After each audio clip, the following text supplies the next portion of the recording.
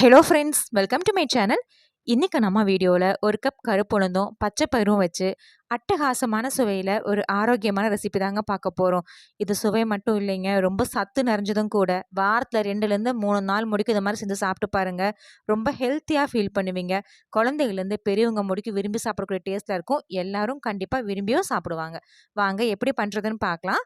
ஸ்டவ்வில் ஒரு பேன் வச்சுருக்கீங்க. பேன் நல்லா சூடானதுக்கப்புறமா அதில் 1 கப் அளவுக்கு கருப்பு உளுந்து, உடச்சி உளுந்து சேர்த்துருக்கிறேன். நீங்கள் கருப்பு முழு உளுந்தும் சேர்த்துக்கலாம். இதுக்கு பதிலாக வெள்ளை உளுந்தும் சேர்த்துக்கலாம்.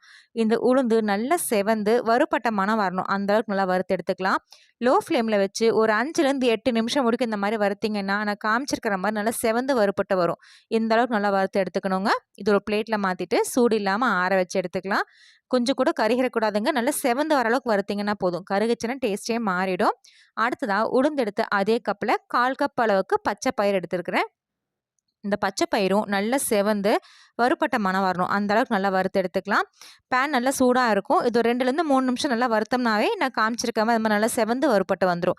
இந்த அளவுக்கு நல்லா வறுபட்டு வந்ததுக்கப்புறமா இதையும் கருப்பு உளுந்தோட சேர்த்துட்டு சூடு இல்லாமல் ஆற வச்சு எடுத்துக்கலாங்க.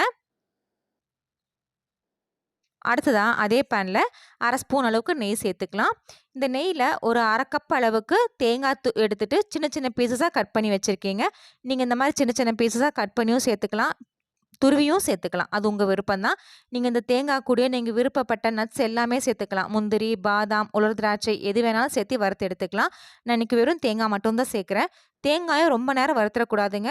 லைட்டாக ஒரு 2 நிமிஷம் மட்டும் லைட்டாக பரட்டி எடுக்கணும். இந்த மாதிரி லைட் ப்ரௌன் வர அளவுக்கு பரட்டி எடுத்திங்கன்னா போதும். ரொம்ப வறுத்துட்டிங்கன்னா கடிக்கிறதுக்கு ரொம்ப கெட்டியாக இருக்கும். அதனால் 2லேருந்து 3 நிமிஷம் மட்டும் நல்லா வறுத்ததுக்கப்புறமா அது ஒரு பிளேட்டில் மாற்றி எடுத்துட்டு அதே பேனில் ஒரு 400 ml அளவுக்கு தண்ணி சேர்த்துருக்குறேன். பார்த்தீங்கன்னா 2 டம்ளர் அளவுக்கு தண்ணி சேர்த்துருக்கிறேன். இது 1 டம்ளர் 200 ml, 2 டம்ளருக்கு 400 ml அளவுக்கு தண்ணி சேர்த்துருக்குறேங்க. இது தண்ணி நல்லா கொதிச்சு வரணும், கொதிக்கட்டும். தண்ணி கொதிக்கிற டைமில் ஒரு ட்ரையான மிக்சர் ஜார் எடுத்துக்கலாங்க. அதில் நம்ம ஏற்கனவே வறுத்து ஆற வச்சுருந்த கருப்புளுந்தையும் பச்சை பயிரும் சேர்த்துக்கலாம். சேர்த்துட்டு இது கூட வாசனைக்காக ஒரே ஒரு ஏலக்காய் சேர்க்குறேங்க. அவங்க விருப்பத்துக்கு தகுந்த மாதிரி நீங்கள் ஏலக்காய் கூடவோ குறைவோ சேர்த்துக்கலாம். நீங்கள் விருப்பப்பட்டீங்கன்னா இது கூட பாதாமும் நல்லா வறுத்துட்டு சேர்த்துக்கலாம். நான் இன்றைக்கி வெறும் கருப்புளுந்தும் பச்சை பயிரும் மட்டும் சேர்த்துட்டு கூட ஒரு ஏலக்காய் சேர்த்து நல்லா நைஸாக அரைச்சி எடுத்துக்கணும். கொரகரப்பாக இல்லாமல் கொஞ்சம் நல்லா நைஸ் பவுடராகவே அரைச்சி எடுத்துக்கோங்க. பாருங்கள், இந்த அளவுக்கு நல்லா அரைச்சி எடுத்துக்கலாம். இப்போ அரைச்சி எடுத்து இந்த பவுடரை பார்த்தீங்கன்னா மாத கணக்கில் ஸ்டோர் பண்ணிக்கலாங்க, கெட்டு போகாது. இது ஏர்டைட் கண்டெய்னரில் போட்டு ஃப்ரிட்ஜில் ஸ்டோர் பண்ணிட்டீங்கன்னா 3 மாதத்துலேருந்து 6 மாதம் முடிக்கும் கெட்டு போகாதுங்க. ஷெல்ஃப் லைஃப் வந்து 2 மாதம் முடிக்கும். ட்ரை ஸ்பூன் யூஸ் பண்ணால் நல்லாயிருக்கும். அடுத்தது ஒரு பவுல் எடுத்துகிட்டு நம்ம அரைச்சி வச்சுருந்த பொடியிலிருந்து ஒரு 2.5 ஸ்பூன் அளவுக்கு சேர்த்துக்கலாங்க. 1 டம்ளர் தண்ணிக்கு 1 ஸ்பூன்லேருந்து 1.25 ஸ்பூன் அளவுக்கு பொடி சேர்த்துனா போதுமானதாக இருக்கும். நான் இன்றைக்கி 2 டம்ளர் தண்ணி சேர்த்துருக்கிறேன். 2.5 ஸ்பூன் அளவுக்கு பொடி எடுத்துக்கலாங்க. பொடி எடுத்துகிட்டு இதில் மிதமான சூடாக இருக்கிற தண்ணி இல்லைன்னா நார்மல் தண்ணி எது வேணால் சேர்த்துக்கலாம். சேர்த்துட்டு ஸ்பூன் வச்சுட்டு கொஞ்சம் கூட கட்டி இல்லாமல் நல்லா கலந்து எடுத்துக்கலாங்க. இந்த மாதிரி முதல்ல கட்டி இல்லாமல் கலந்து எடுத்து வச்சுக்கணும். இப்போ காமிக்கிறேன் பாருங்கள், இந்த மாதிரி நல்லா கட்டி இல்லாமல் கலந்து எடுத்தாச்சு. இப்போ எடுத்து ஓரமாக வச்சுருவோம். தண்ணி வச்சு பார்த்தீங்கன்னா ஒரு 5 நிமிஷத்துக்கிட்ட ஆச்சு. நல்லா தளன்னு கொதிக்க ஆரம்பிக்குது. இந்த மாதிரி கொதிக்கிற டைமில் ஃப்ளேம் நல்லா லோவில் வச்சுட்டு நம்ம கரைச்சி வச்சுருந்தோம் இல்லைங்களா, அது இது கூட சேர்த்துக்கலாம். சேர்த்துட்டு ஃப்ளேம் லோலியே வச்சு ஒரு 5 நிமிஷத்துக்கிட்ட நல்லா கிளறி விடணுங்க. இப்போ இருக்கிற கன்சிஸ்டன்சிலேருந்து நல்லா திக்காகி வரும். அந்த அளவு கலர் எடுத்துக்கலாம். ஆரம்பத்தில் ஒரு 2லேருந்து 3 நிமிஷம் முடிக்கும் நல்லா கலருங்க, கை விடாமல். அப்போ அடி பிடிக்காமல் இருக்கும். 2லேருந்து 3 நிமிஷம் கலைச்சதுக்கப்புறமா அப்பப்போ கலரி விட்டிங்கன்னா போதும், அடி பிடிக்காது. இப்போ ஒரு 5 நிமிஷத்துக்கிட்ட நல்லா கலரி எடுத்துட்டேன். இப்போ நான் காமிக்கிறேன் பாருங்கள் கன்சிஸ்டன்சி உங்களுக்கு எந்த அளவுக்கு திக்காக இருக்குன்னு. இந்த அளவுக்கு நல்லா திக்காய் வந்திருக்கு ஒரு 5 நிமிஷம் கழிச்சு. இனியும் கொஞ்சம் திக்காகணும் அப்படின்னா ஒரு 2லேருந்து 3 நிமிஷம் அப்படியே விட்டுருங்க. நல்லா கொதிச்சு அந்த உளுந்தெல்லாம் நல்லா வெந்து அந்த பச்சை மணம் போய் அப்படியே உளுந்து நல்லா வறுப்பட்ட மணத்தோட நல்லா கொதிச்சு வரும். இந்த அளவுக்கு நல்லா கொதிச்சு இந்த அளவுக்கு திக்காயிடணும். இந்த டைமில் இது கூட காய்ச்சி ஆற வச்ச பசும்பால் ஒரு 1/2 டம்ளர் அளவுக்கு சேர்த்துக்கிறேங்க.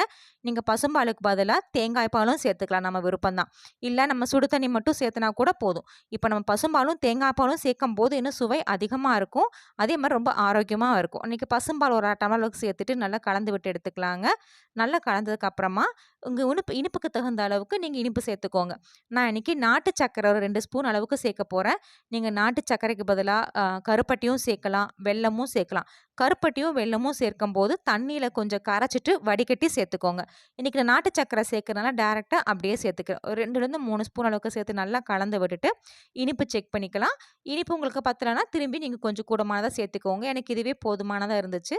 நல்லா கலந்து விட்டு ஒரு 2லேருந்து 3 நிமிஷம் மட்டும் அப்படியே லோ ஃப்ளேமில் வச்சிங்கன்னா நல்லா நுர கட்டி கொதிச்சு வரும். அதுக்கப்புறமா நம்ம ஃப்ளேம் ஆஃப் பண்ணி இறக்கிடலாம். இப்போ 2லேருந்து 3 நிமிஷம் கழிச்சு பார்த்தீங்கன்னா, இந்த மாரி நொர கட்டி கொதிச்சு வரும். இந்த டைம்ல ஃப்ளேம் ஆஃப் பண்ணி இறக்கி வச்சிடலாங்க. கன்சிஸ்டன்சியும் பார்த்தீங்கன்னா, நமக்கு கரெக்ட்டா இருக்கு. ஆறுனதுக்கப்புறம் இனி கொஞ்சம் திக்காகும். ஃப்ளேம் ஆஃப் பண்ணதுக்கப்புறமா, நம்ம நெய்யில வறுத்து வச்சிருந்த தேங்காய் பற்கள இது கூட சேர்த்துக்கலாங்க. நீங்க முந்திரி, பாதாம்லாம் வறுத்து வச்சிருந்தா, அதையும் இது கூட சேர்த்துட்டு, இது சர்விங் பவுல்ல மாத்திட்டு குடுத்தீங்கன்னா, குடிக்க குடிக்க இன்னும் கொஞ்சம் வேணும்னு கேட்பாங்க. அந்த அளவுக்கு டேஸ்ட்டா இருக்கும். டீ, காஃபிக்கு பதிலா வாரத்துல 2லேருந்து 3 நாள் இத செஞ்சு குடுங்க. கட்டாயமா ஆரோக்கியமா இருக்குங்க. ஃப்ரெண்ட்ஸ், நீங்களும் இந்த ரெசிபிய ட்ரை பண்ணி பாருங்க. ட்ரை பண்ணி பார்த்துட்டு உங்க கமெண்ட்ஸ்கள சொல்லுங்க. உங்களுக்கு இந்த வீடியோ பிடிச்சிருந்துச்சுன்னா, மறக்காம நம்ம சேனலுக்கு சப்ஸ்கிரைப் பண்ணுங்க, லைக் பண்ணுங்க, ஷேர் பண்ணுங்க.